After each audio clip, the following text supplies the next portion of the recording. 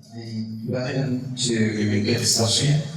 We are having this discussion as part of the artist celebration taking place at ULAB on 20th April to 23rd April, and we will be very enjoying all the events.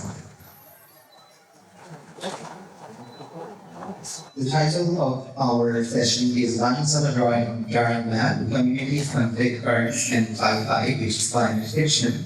And we have a wonderful list of panelists or speakers with us today. We have with us Dr. Farisa.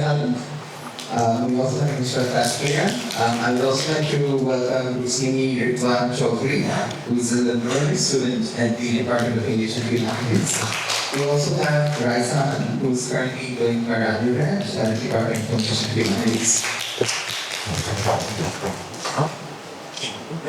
We have designed a session as a book discussion, but we will be exploring certain themes. And as the title might suggest, we will be dealing with water in all its textures, ways in which it affects communities and shapes conflicts, something which I'm sure being a part of the Bengal Delta we all realize and understand.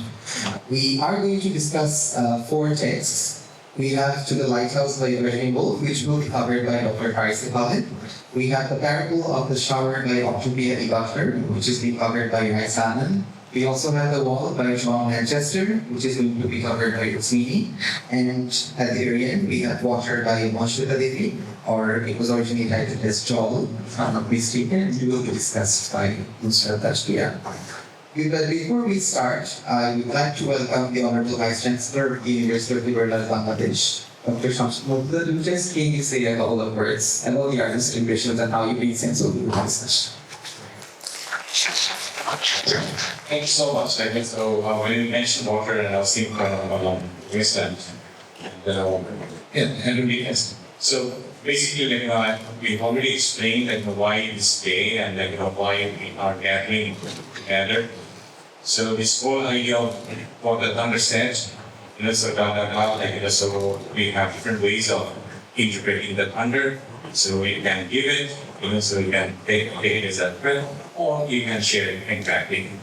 So this morning we had a session on AI, and we talked about this interdisciplinarity and lifelong learning, curiosity. So these are the only skills that will be left. And we human beings are going to be left behind somewhere behind the black mirror. So what is important in this department? To stay human, and in order to stay human, we need to stay alive, and in order to stay alive, we need water. So over to you, Sam. Thank you so much, sir. And as we all might know, it takes an immense amount of water to run the data centers, which actually powers the AI technology that we are using right now. And of course, we will be thinking about water today, and we are going to ask questions: does it connect? Does it divide? Or maybe it does all of that. Does it sustain life? Does it determine whose life is made precarious? And perhaps most importantly, what happens when water is no longer shared but controlled. And we are going to move across 4 different texts today, as I just mentioned.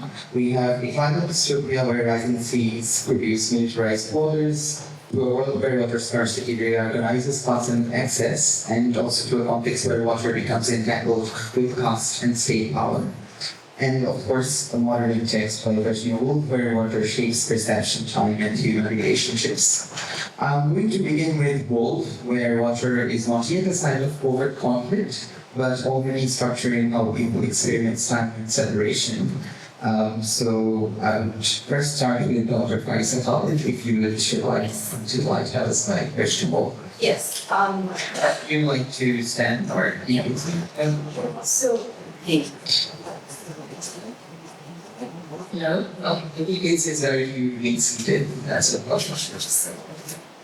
Well, the reason I chose this book is that I specialize in modernism, and I actually taught a seminar a few years ago at the College of Culinary on environmental humanities, and the challenge was to find texts that were not just limited to typical climate fiction, genre fiction, dystopian novels, etc. And even Arthur Bush has said that when we think about literature and the environment, we need to not pigeonhole ourselves in terms of genre fiction, but to think how literary texts connect holistically with the environment. That texts interact with ecological themes in the way that organisms interact with ecosystems. We can observe, of course, mentioned the wasteland. We can even trace this as far back as Beowulf, Canterbury Tales, thinking of seasonality and how climate affects weather and seasonal patterns. So in Woolf's To the Lighthouse, which I taught before in an environmental fiction class, Woolf deals with water and the ecospaces of shorelines and liminal spaces within estuaries in a really interesting way. The novel is set in Scotland, in the Hebrides. It was actually based on Woolf's own childhood, however, her summer home was in Cornwall, so she changed the location.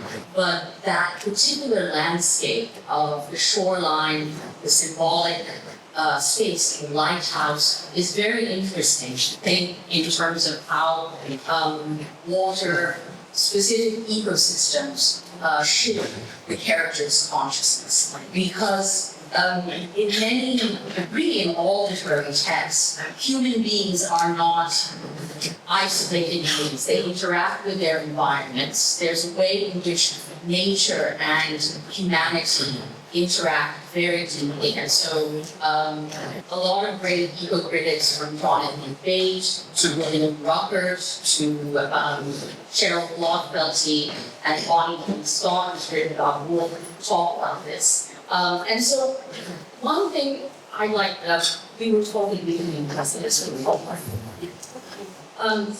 there are these buzzwords that have been tossed around in eco-criticism quite recently. One is the new humanities, which is a subset of eco-criticism that focuses on not just oceans, but how currents and water shape our understanding of literary texts. Whether this is Shakespeare's The Tempest, or Melville's Moby Dick, or even something like To the Lighthouse, or some of the fiction that my peers will be talking about later today. So it's the new humanities. There's another sort of buzzword within eco-criticism that's called hydro-criticism, which is the specific study of how water is interpreted in various texts in relation to how characters interact with water. Another one is ecofeminism, which of course relates into Woolf. I think he's talking a bit about ecofeminism as well. And so I just want to kind of bring all these things to the fore as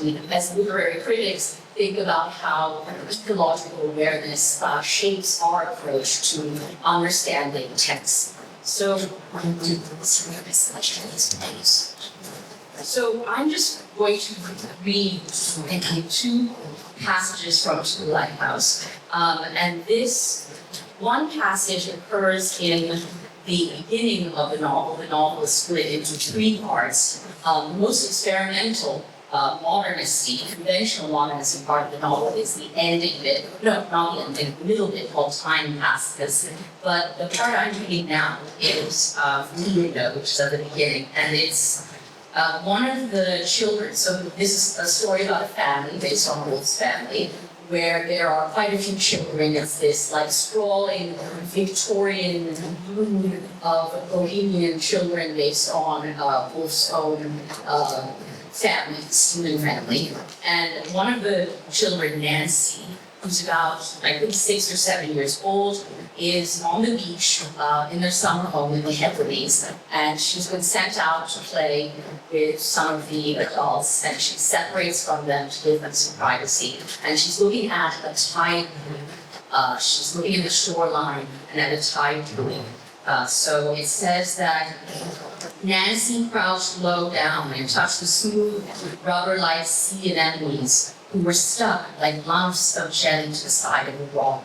Brooding, she changed the pool into the sea and made the minnows into sharks and whales and cast vast clouds over this tiny world by holding her hand against the sun, and so brought darkness and desolation like God himself to millions of ignorant and innocent creatures. And then took her hand away and suddenly let the sun stream down. Out on the pale, crisscross sand, high-stepping fringe, gauntleted stalked some fantastic leviathan. She was still enlarging the pool and slipped into the vast fissures of the mountainside. And then letting her eyes slide imperceptibly above the pool and rest on the wavering line of sea and sky, on the tree trunks which the smoke of steamers waver along the horizon, she became, with all that power sweeping savagely in, and inevitably was gone, hypnotized. And then that flowering within her made her feel as if she was bound hand and foot, unable to move by the intensity of feelings which reduced her own body, her own life, and the lives of all the people of the world forever into nothingness. So, listening to the waves crouched over the tide pool, she thrilled. So I'm not going to switch, or should I talk about this passage? Should I talk? Okay. So what we see here is that this tide pool that Nancy, my 6-year-old Nancy, is turning into a vast ocean. They say that she is acting like God herself, almost like Prospero in The Tempest. This tide pool is a liminal space. It's not completely ocean. It's not completely sand and shore. It's this space in between.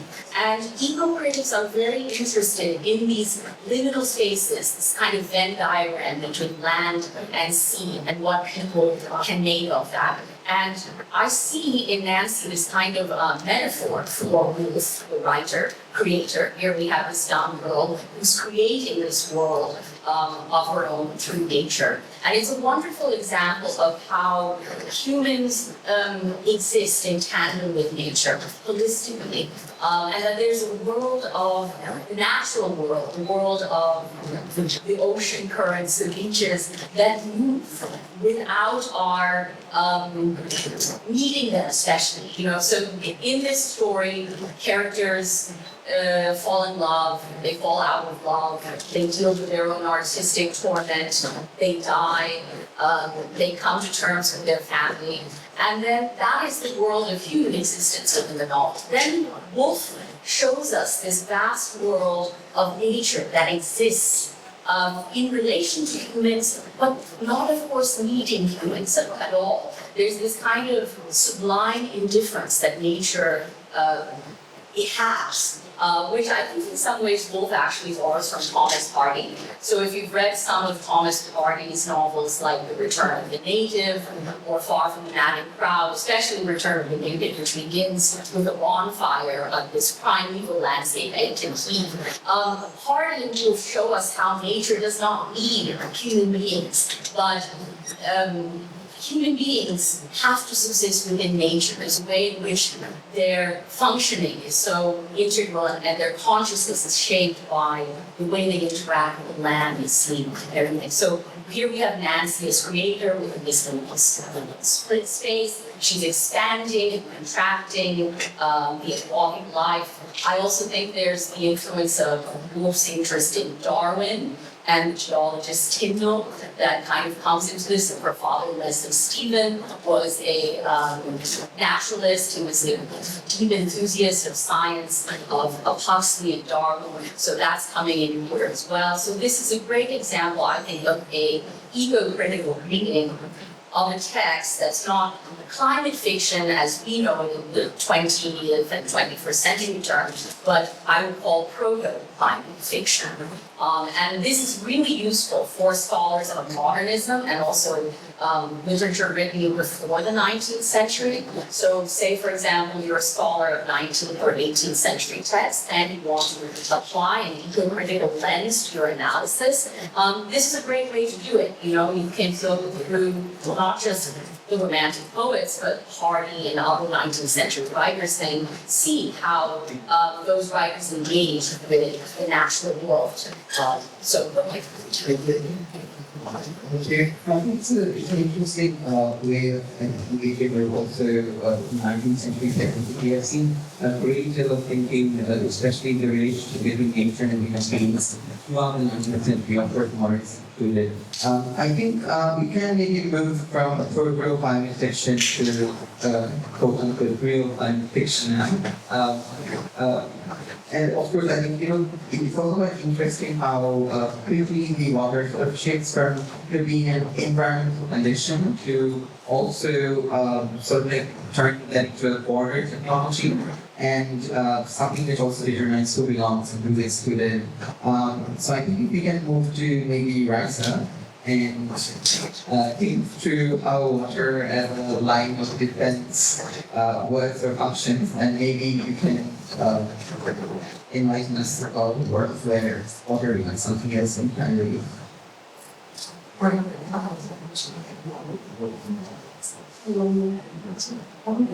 Yes. So the text that I read for this seminar was Octavia E. Butler's The Parable of the Sower. And it has been listed as science fiction, dystopian fiction, and all that. So it's not the text that I suppose most of us think at the very first when we hear climate change or Wi-Fi. So, reading this text has been an experience in the sense that it was quite haunting because it was published in 1993. So, I mean, we all know that a good writer kind of serves or acts as a prophet, right? So the things that they kind of mention in their texts, they are very far-sighted and they end up being true. That's kind of the nature of a good writer, I suppose. And I think Butler, Butler hits the nail on the head with this text, I suppose, because the text, even though it was written in 1993, it starts in the year 2024. And in the first, it's a trilogy. So in the first book, the time period basically extends from 2024 to 2027. And we see a very dystopian, post-apocalyptic world where things are basically in chaos. There is lack of food, lack of water, there's just violence everywhere, you can't really trust the police. Everything is basically a mess. And the protagonist that we follow throughout this text is Lauren Olamina. And Lauren, she starts off as a 15-year-old girl, so she's very young.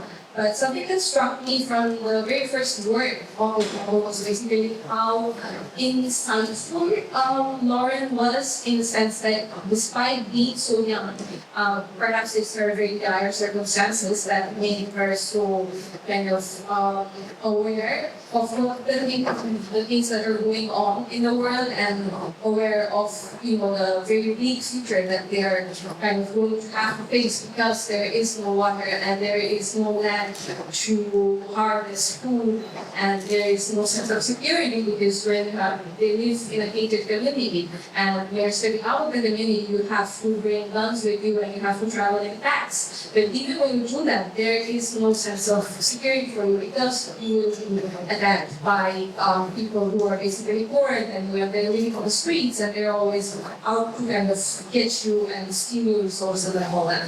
So I'm just going to read a very short paragraph that kind of struck me. It's very early on in the text in chapter 3. There's this paragraph. The cost of water has gone up again.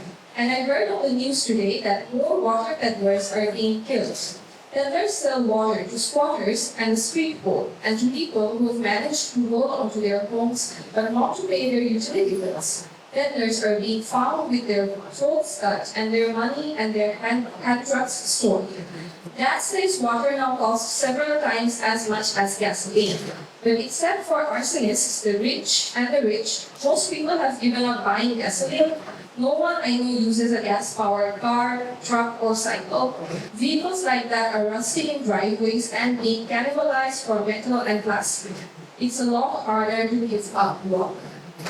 So, I mean, that's basically it at the end of the day, right? We are made up of water and we cannot really live without water, no matter how we may think. I suppose it's my tone is quite pessimistic or dystopian in a sense, but the way we are heading, I mean, I'm sure we all hear that this year a UN report came out that we have officially entered an era where there is global water bankruptcy.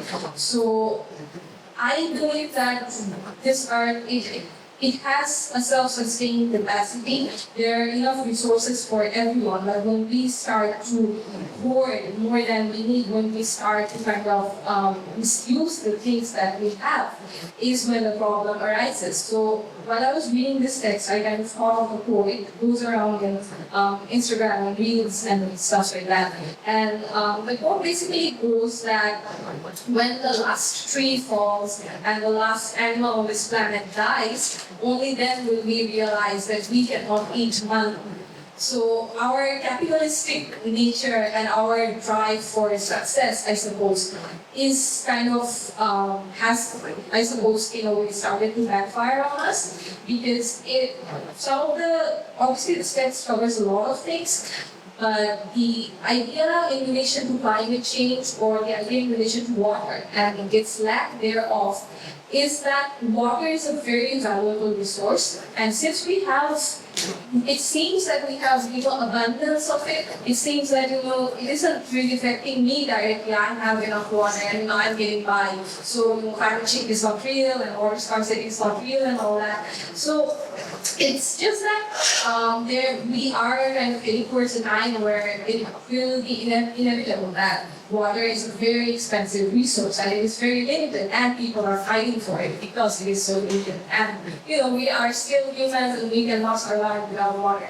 So in relation to that, while I was kind of reading this, water and migration was a theme in this text that people, Olamina and her friends, her family actually passes over once, peddlers and other kind of squatters break into their native community and they're forced to move outside the world. And so Olamina, she's a very kind of very brave and very empathic person, and so she kind of sets out on this journey with a group of people, and they kind of are on their way to north, where they think that they have better land and they have like a prospect of kind of being a community over there and all that. So the idea of migration keeps coming up, and all these people were worried that where are we going to go and where are we going to settle, and where can we find enough resources for us to sustain or to barely get by. And so I think this phenomena, like the other things that Butler kind of prophesized in this text, this has been happening, especially in America, and we are seeing that communities, especially living in those deserted places like Arizona and Illinois, over there, data centers are booming up, like significantly booming up. And because of these data centers, which actually thrive on, they cannot survive without clean water. They cannot use ocean water or water that is salty. They need clean drinking water. And where are they getting the water from? They're breaking the ground and they're using groundwater, so the groundwater levels are going down.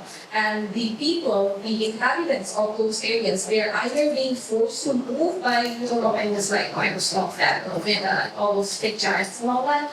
But if they stay, they are suffering immensely. And we had this discussion in class yesterday about how the experience of living in a margin or being in a margin is very different compared to us who might have lived far away, and to us it's like so waiting for you to be affected by it.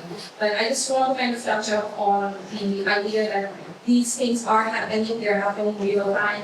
And even though they may be happening far away from us, they are happening. And I suppose at some point, everyone on this earth is bound to kind of face the consequences of our actions. Because,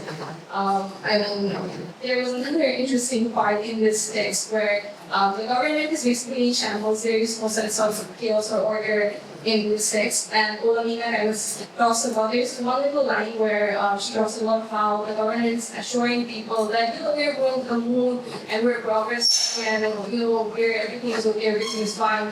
And so that kind of reminded me of the recent Artemis launch. And, if we look from those perspectives, we see that, we're thriving, we're going to outer space, and we have advanced so much as species. But at the same time, there are people who are going on without water and who don't have access to basic necessities like water and food.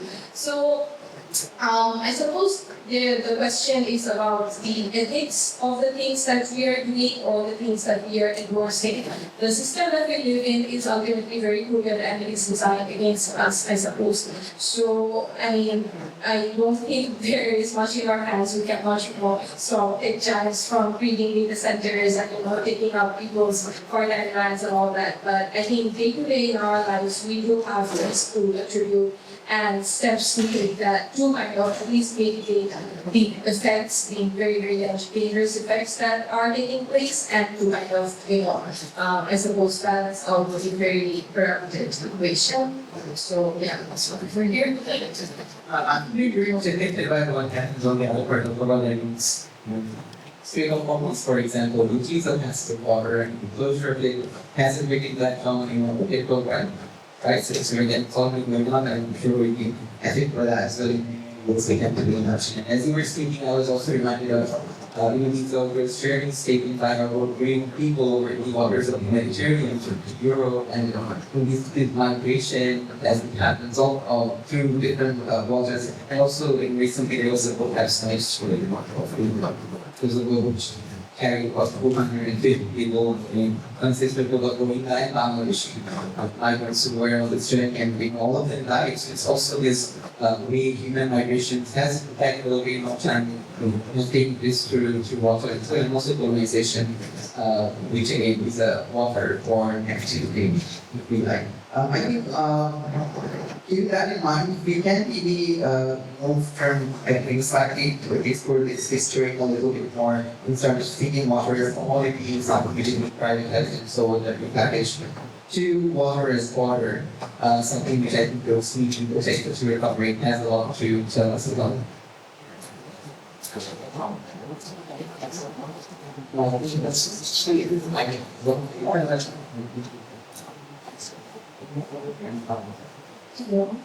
Yeah.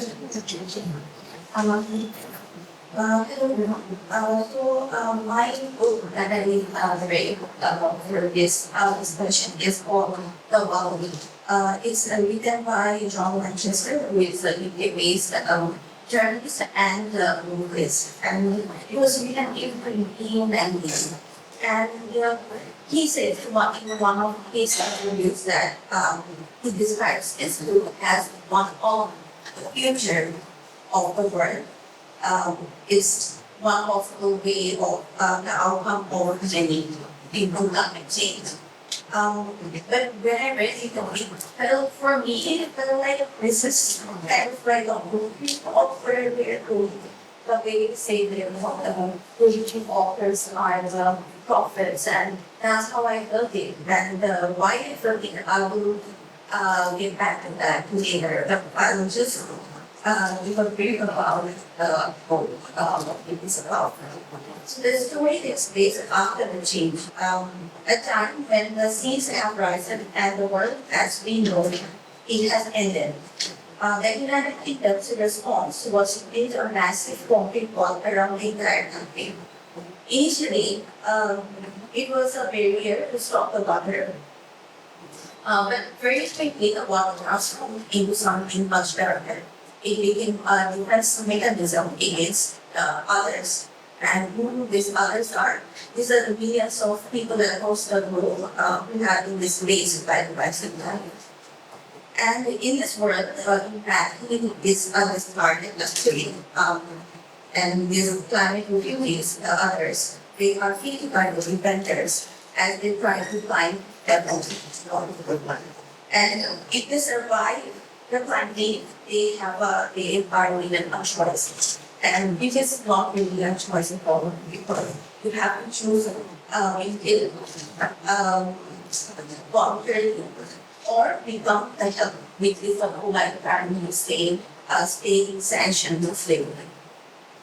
And the story is narrated by Governor, who is a young offender, and he was born after the jail, so he has never seen the details, he has never experienced a poison without involving also.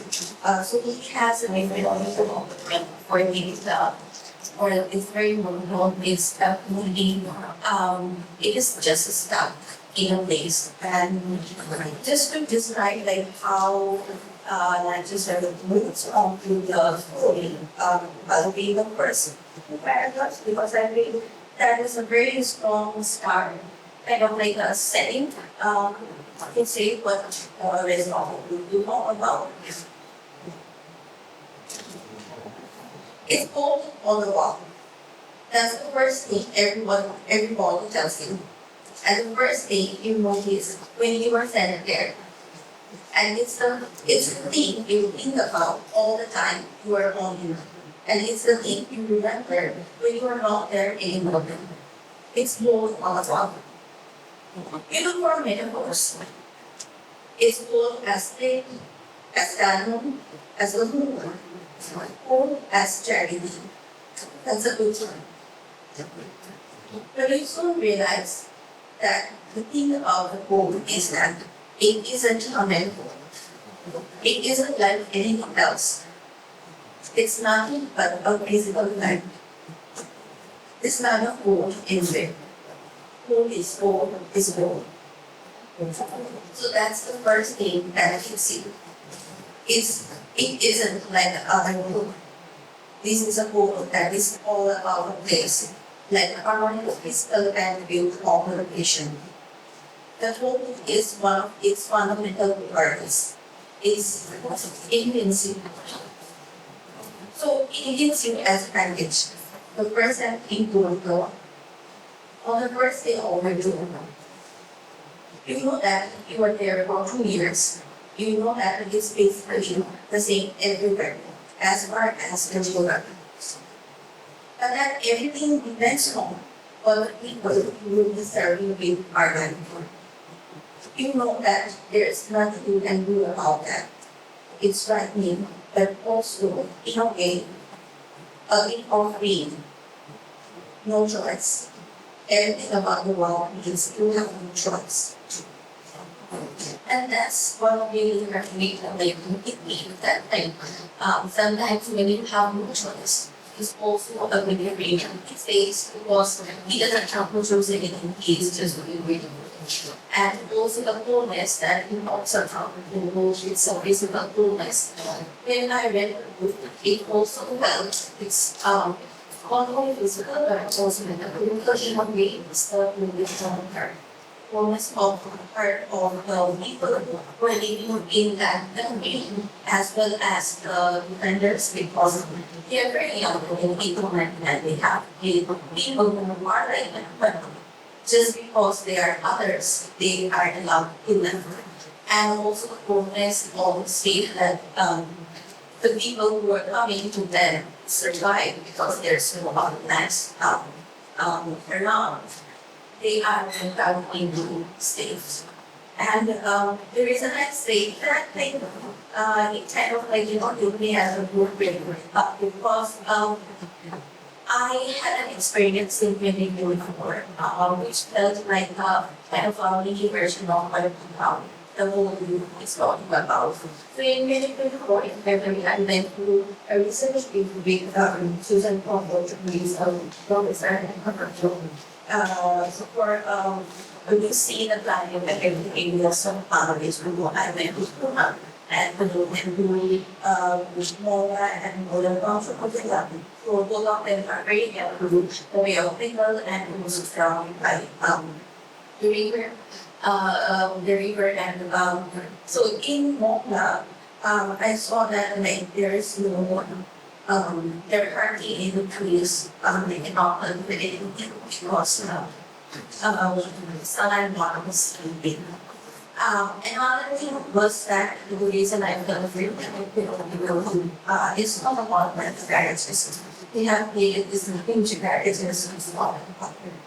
But by making these marriages first happen there is the treaty of the developers somehow in the marriages.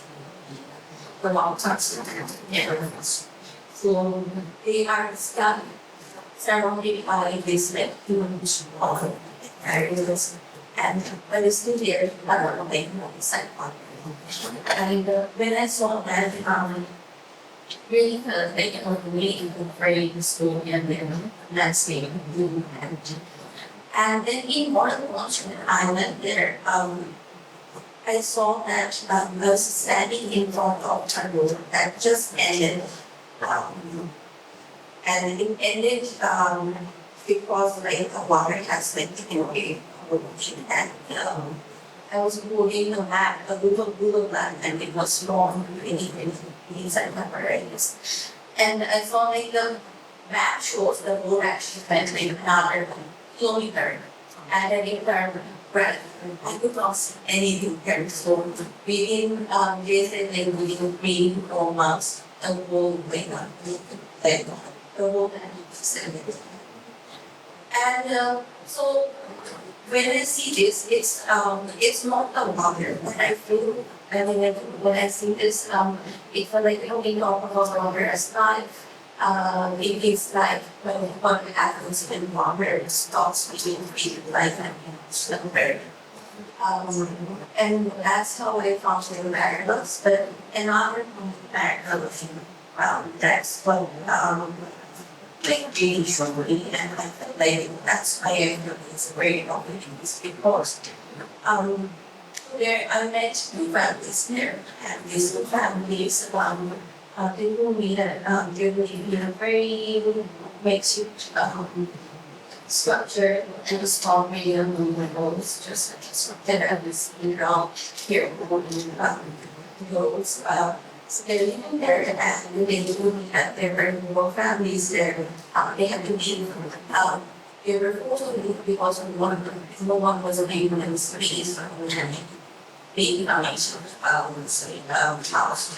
And the reason they stayed because they want to have Indian strong family member who would actually take them on a child. One of them were like young a female with his father was like around 70 years old and she has an Australian husband left. So they could not leave. So what they did is they went in exchange offer with land that they can stay there by working in their home. So I felt like this is like a mindful slavery that is happening to see in real life, and this book talks about like state sanctioned slavery and personal that is happening after the change, and that's why I feel like this will happen. This can also be like a situation outside the community, and from that I felt like the water becomes the last years. The first thing that was fitness rivals really. And for anything like the first experience was that universal or our time actually with parts of the country, and because if you had the chance to go, I mean, you pull now, Shakira, or in the others of South Bangladesh encountered firsthand the impact of sanity and politics. Most of the effects it's having on people's life, essentially when people have to walk for lines that are circular. Fresh drink and all that which is completely unavailable. If we do that, we said in plants like Iran or much of the Middle Eastern countries who are also being targeted by the warmer countries. So water, of course, as That's fair, but I think what Dr. Farisa was also mentioned about the idea of subliming difference also perhaps helped, like when we actually engage in activities like warfare, what sort of impact it has actually implied, and then it changes whether or not, for example, severity and intensity of river erosion, which is actually a part and parcel of our lives in way of the rivers and the face. Even in coastal Pagma, Rome, have three total years, and if you create embankments, there are development projects which have been created, which is basically centering around facilitating the map of these rivers. But historically, there have always been changes. So how do we deal with a landscape like that? We also found that we have to think about. I think all that book here actually went to connect that to I think history, and I think unfortunately we actually operate a very different in light of that, where water is not just part of right lives or just a threat that is actually used to maintain social and fast-paced power. So that gave you just to remind yourself. Most of these water actually is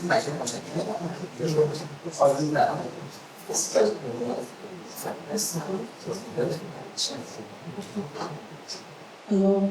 So, most of these water places are insight into how water is weaponized against an entire community. So, I'm going to read a bit from Bangladesh's Staying Life to give you an idea into what the entire place is about, because this particular passage kind of summarizes the place. But Bangladesh is this environmental activist, and this particular book was published in 1988, and the setting of our play is the 1970s, right? So the temples of ancient India dedicated to the river goddesses were substituted by dams. The temples of modern India dedicated to the capitalist farmers and industrialists, built and managed by engineers, trained in patriarchal Western paradigms of water management. Water management has been transformed from the management of an integrated water cycle by those who participate in it, particularly women, into the exploitation of water with dams, reservoirs, and canals by experts and technocrats in remote places with masculinist minds. So I'm going to talk a bit about the drama, and I'm going to focus on a few main characters. So the main character that we get is Mahai, who happens to be a water department. So that means he finds places in which people can dig for water, especially in the dry river. So the way another character talks about Mahai is that they have a mind like a continent that no one has cared to explore. So Mahai is abused, but he's never given any kind of benefits that he deserves, mostly being water. He is finding water for a particular community, but then he doesn't have access to that water. And then we have his wife, Fulmoni, right? So Fulmoni, you would think that, given that this drama is about water crisis, and we are seeing that she's spending a significant amount of time fetching water, she is going to get a bit more highlight, but then she's just this background character. Of course, she has speaking lines, of course, we see her waiting for her husband, for her son, but then she's reduced to doing just that. She's just fetching water in the background, right? Doing work that doesn't get acknowledged, but then she has to do it because there is no other option. So she wants her son to get married, but not because for her son's happiness. There is another agenda. So let me tell you what the agenda is. She's saying our bodies are made for hard work. We need daughters-in-law, we need grandchildren, we need a house full of people. And it's only then that there are all those working hands and waters easier to get. Scratching at the sands for water simply can't any longer Look at the picture of mine, it's leaking. I have to patch the leak with mud. My mother-in-law would buy a new pitcher on the day of the Holy Festival. That was the custom in his family.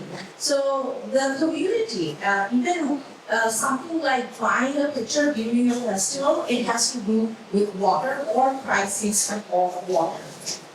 Then we have this, so we get two kinds of domes because the drama is about this great extreme dome, and where you get the new generation dome and you get the old generation dome. Old generation domes being Makai and his wife, who are doing as they're told and just going on with their life. And then we have new generation dome, which happens to be Buddha, their son. And let me give you a quotation on or something that he says, and it kind of tells us how he feels about the entire system, right? I won't accept fate. When his father says, this is our fate, he's saying, I won't accept fate. What a shame, we burn our hearts to cinders to divine water. They to raise it from the bowels of the earth, and then they refuse us a drop of water. Not a drop for the domes that drown us. I spit upon fate. If that's our fate, right? So he is trying to retaliate, but you will see at the end of the drama, it is not going to help him. Then we have this radical activist and teacher character, Jinden, right? The way Jinden is described, he used to work with Mahatma Gandhi. So he is someone who wore hands-on clothes, and according to the officials, that makes him dangerous because he never drinks. He never runs after women. He went to prison. He was a congressman, and he rejects bribes. So he's the one who came up with the idea of having a dam built for the domes, right? Because Maka is divining water, and in that very spot, they are creating wells after wells. However, the domes are not given access to these wells, right? They are being chased by the dogs of the owners, the landowners, and we are seeing that oppression here is generational. We get generational oppressors, and they are holding lands. Not just that, they are holding government relief as well. The domes are seeing that government has been sending, the truck full of reliefs. However, the main villain of the drama, Santosh Pujar, he is in relief business. So he's hoarding water, he's hoarding other resources. Water is directly affecting the lifestyle of the people. Because what we are seeing is that they are concerned about, getting hold of water all day long, right? They do not have the time to work on anything else because the children are being used to fetch water. The children are being used to work in the fields for some people like Santosh Pujar. The children are not allowed to be at the schools because, again, there's this caste system. Because if the children of domes are going to the schools, the Brahmins are not sending their children to the school. If the Brahmins are not sending their children to the schools, that means nobody is going to the school and the schools are being shut down. When the government is sending resources so that children will study, but then children are not given those resources. They cannot have access, right? So someone who has hold over water is seen having hold over other resources as well. Now, you will see that here, the dam is being seen as something that is going to save the people, because what will happen is that they do get water in the river Chapsha once a year during monsoon, right? So the dam will be able to hold on to the water. But then Vandana Shiva, she gives a very interesting reading of a dam as an abomination. She's not talking about these small dams made by a community, which is going to give them 7 feet of water, and after a year when water has dried up, it's going to give them 3 feet of water. Vandana Shiva's criticism is on the dams that are built by our governments. For example, the Port of Lincoln. You have the Farisa Dam, you have the Cli-Fi Dam that hasn't been built yet because it is a political issue, right? But we have seen what happened with the Cli-Fi Dam. It sounds great, it's giving us electricity and all that jazz. However, it has flooded and displaced around 100,000 people. Right? It has ruined the flora and fauna of the local area. It's known as the it's the Lake of Tear amongst the local Chakma folks, right? So yeah, on that note, I think I will hand over to Sun. It's actually various people are actually thinking of dams because of course who is under water. Especially in a country like Bangladesh, we are obviously experiencing so these water controlling systems known as dams, going back to part dam to even a lot. In fact, we're actually surrounded by dams. If you really look at the map, all the rivers which go through from Everest, Tibet to India to Bangladesh, most of the rivers are actually surrounding the dams, and only after that they have to go to Bangladesh and turn into the Bengal and the Caribbean. I think I would have ideally called back to you again for our speakers, but in the interest of time, we can open the floor for any questions. And then we'll come back to you for your thoughts. So see us and chat and watch it. And so any questions, we can take a couple of questions. Any comments? Yes, no. No questions.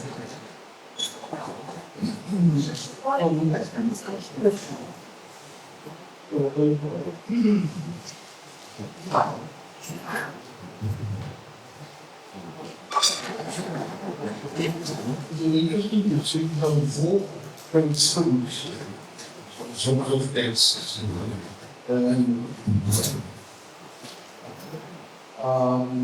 The primary focus on the problems connected to water that we face today. And that in itself is a major concern which needs thorough analysis. But if you go back in history, it's not that the problem connected with water is new. Water has always been a contentious issue. Even in Bangladesh, before all these dams were built, one side of the river, the eroded and other, this is part of our folklore, of our folk forms, and even when the rivers would flow naturally, getting drinking water was water. In those days, the rich Govindas would dig heaths. That was an issue. I'm deep for the issue for the people. And then also the task moving returns to the one for the task degree and another one. So, I think there's a sort of distinction to be made between the historical study of the problems related to water and what we are facing today. So we discuss this American model, how the model is there and how the system is.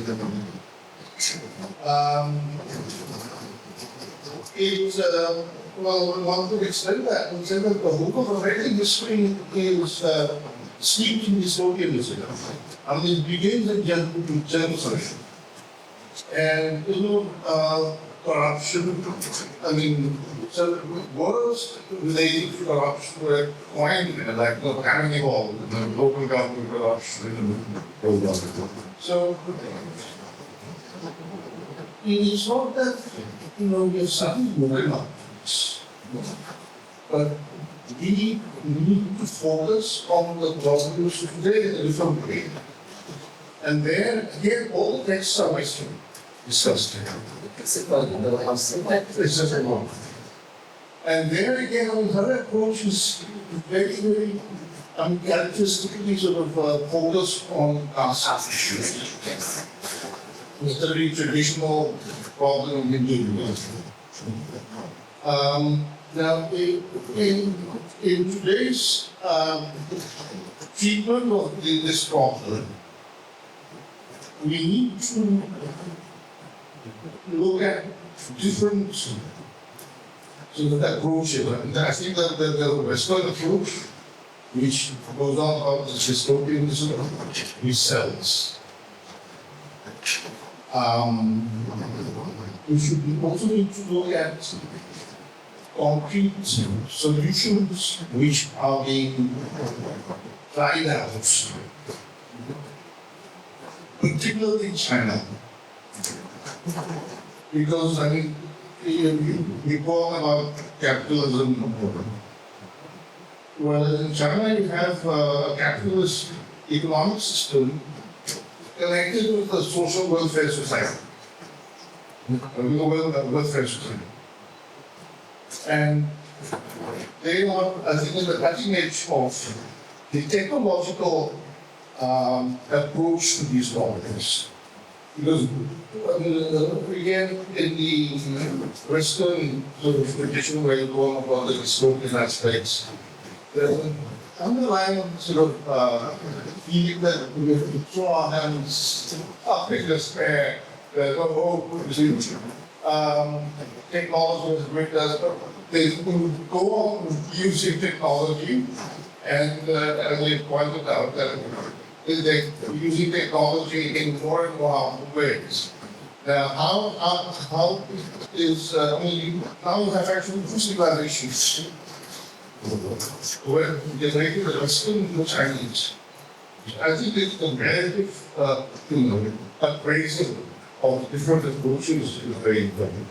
The goal of the middle, small levels, out of this talk of multiple line. Multi-modality suggested. And that also is a complex issue because even in the multipolar scenario, you have regional powers. And there's a sort of really nasty kind of dynamics going on over there. Arms without the army, for example. So, which is being counted as the local, sort of regional power. And you can see the problem of that. And the connection, the problem that we face regarding water is directly related to the status of the neighbor as a major problem. These issues have to be looked at in a specific way.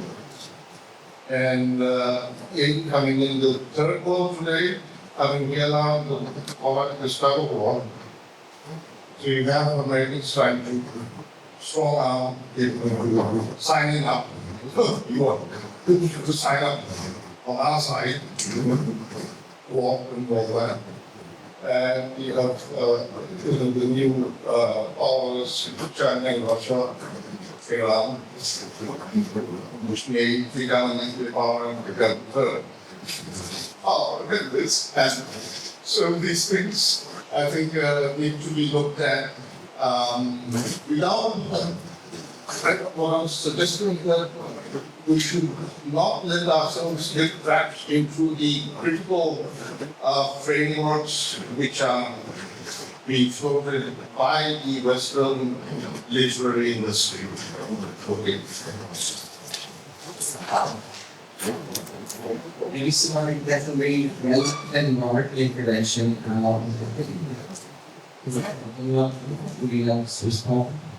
Speakers to your friend as well. Any questions out there? Well, I have one question. No one has. So three of the texts today, yes, three of the texts today are by women writers. Two are by women writers of color. So I'm interested in, again, art in Western term, but if you're thinking in terms of like ecology and how you can apply critical framework to literary texts in terms of environmentalism and what it means for people to interact with the environment and environmental stewardship, whether that is from an Eastern perspective, South Asian perspective as service, advocating for, or really in a global perspective. A term that I find very interesting is ecofeminism. And so certainly Butler is a real pioneer of ecofeminism. Woolf before her proto-ecofeminism, and Shiva, and so I'm interested in maybe exploring this theme of ecofeminism in relation to some of the texts we've been discussing. What do you think are some kind of woman-centered perspectives in terms of how female characters function in relation to nature, their subjectivity, their role as women? And of course, the term actually came about through feminist critics who felt that there was a connection between the patriarchal exploitation of women and the patriarchal imperialist exploitation of land and resources.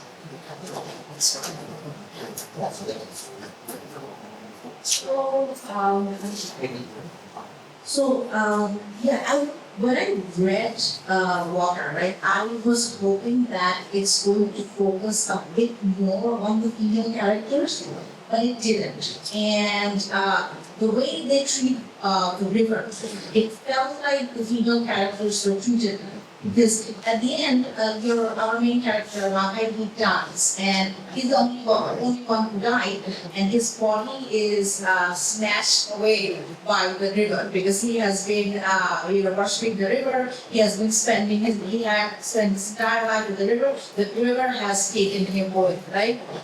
And then we see his wife is just there waiting because she has nothing else to do, right?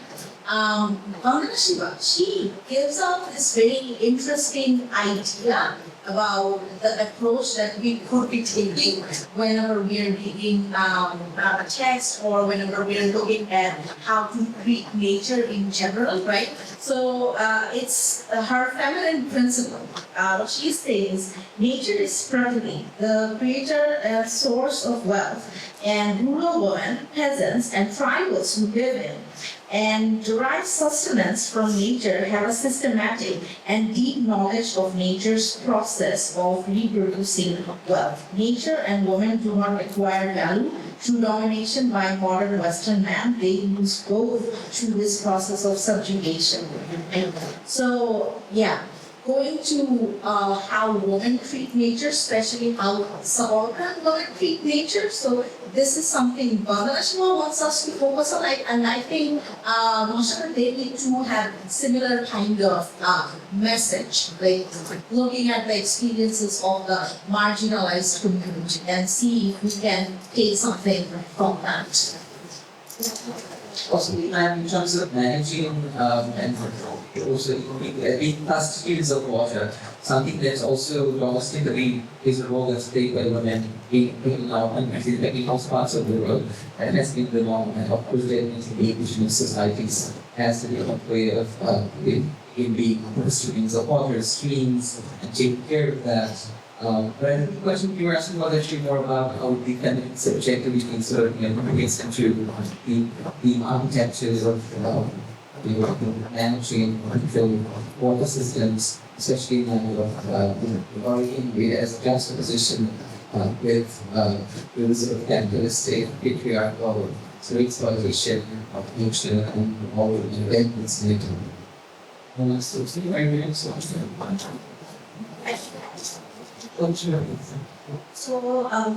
read is really doesn't talk about mental we look really sad. But when we were talking about this feminism and all that, I was thinking about basically obviously people on the fish and we think about it. I think we had another session in the morning about Mona. And how she says that not all her sayings are about actually gives us points out to the future, like how to look at the weather to think about the future. But we, I think it's a patriarchal society, or we're so much westernized that we do not actually think about what we have and how the women, the supported women actually survive this. And as Sarah mentioned, and you also mentioned that our country is a very country and very precious. And so I was very surprised. I was not surprised, but it was surprised in the sense that this is happening for such a long time. Why no one actually thought about doing something that can help them? Like, how we can survive this changing of the river. And the river, we do not think of, giving to the river. But if I read that book, I was reading old books like Leadership Moving on others, their life is about the river. But we do not, the more we are becoming westernized, we are becoming capitalist, sorry. We are becoming so self-centered that we are not thinking about the nature. Things are happening, if we think about our classrooms, who in her case, she is found the solution in carrying on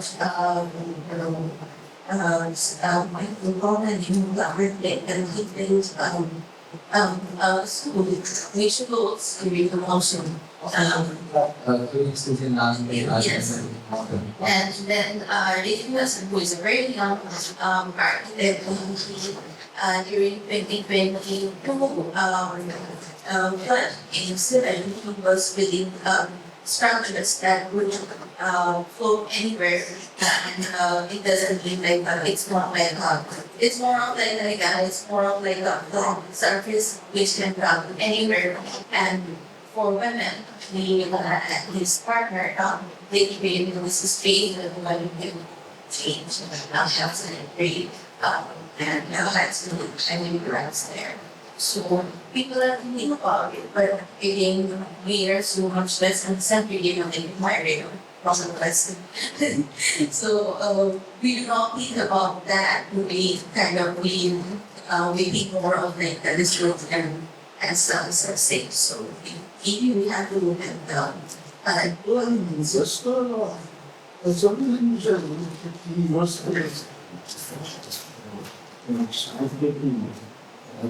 Also, I wanted to be caution about strictly dichotomy between ancient female and demonic males. Because, if you look at women in positions of power, we had the dictator of the you had women in the corporate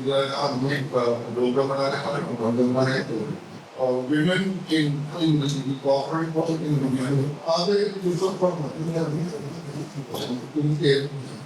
especially when it comes to nature? Like they just big, especially in textiles. Yeah. The female leaders we had in the past, that they come from the lineage of like an already established patriarchal figure. So it's I think the problem is there's a certain the mode of exercising power. Instead of trying to gender, we should have a neutral word because it can, historically, because men have been, aggressive of running things, they have done everything. And when women go for very simple, The danger of the cinema attention. Perhaps you need a neutral term. I'm sharing the Yeah, we have about power, like, yeah, I think that discussing that, and for, so that's when the ideas of this. I think this sounds good for a neutral term, and we should do that because power is power, this matter comes from, we exchange that. So we need to look at it more as power as such, not it's exercised by man or a woman. The gender here is you check that the concentration of power and where that acts and what are the that's really Yeah, that's a good way of describing it. right. I think we are actually sometimes really crystal and actually the way to follow the discussion. We have made that, so thanks so much to our moderator. I think I'm going to go to whole phone is done. Yeah. Except for Oliur, you had a wonderful, wonderful dog moderator. Thank you so much. Before we go to the session, we have a list formal and we are going to invite our chair of regional department. I thank you all to handle for use of the application to our wonderful speaker with us today. Start with Farisa. Is there? You can do the house. I was talking about Sir Khalid on this school of art humanities to join us on stage and hand over the open presentation. Maybe you can put like 6 skills.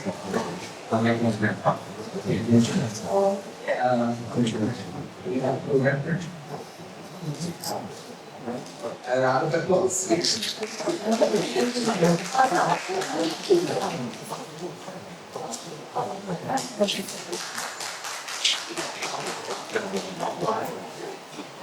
Now, can you turn back this one? And over the knee. And I would like to hand over to our moderator. That is for Khalid. Khalid was supposed to be our moderator, but unfortunately he didn't do so. Yeah, happy to be able to get the time that yeah, he was behind the planning of this. And you see your Thank you everyone, thank you to our moderator and for our panelists for this wonderful discussion. Which kind of brought in a variety of ideas and we are the women candidates speaking about 3 women outlets and one covering South Asia, African American, science fiction, 20th century, 21st century. So we got it covered. So thank you so much for making this and thank you very much. Yes. Yes, it's good. Everyone will be good. Thank you. All right, thank you so much. Have a great day. Thank you.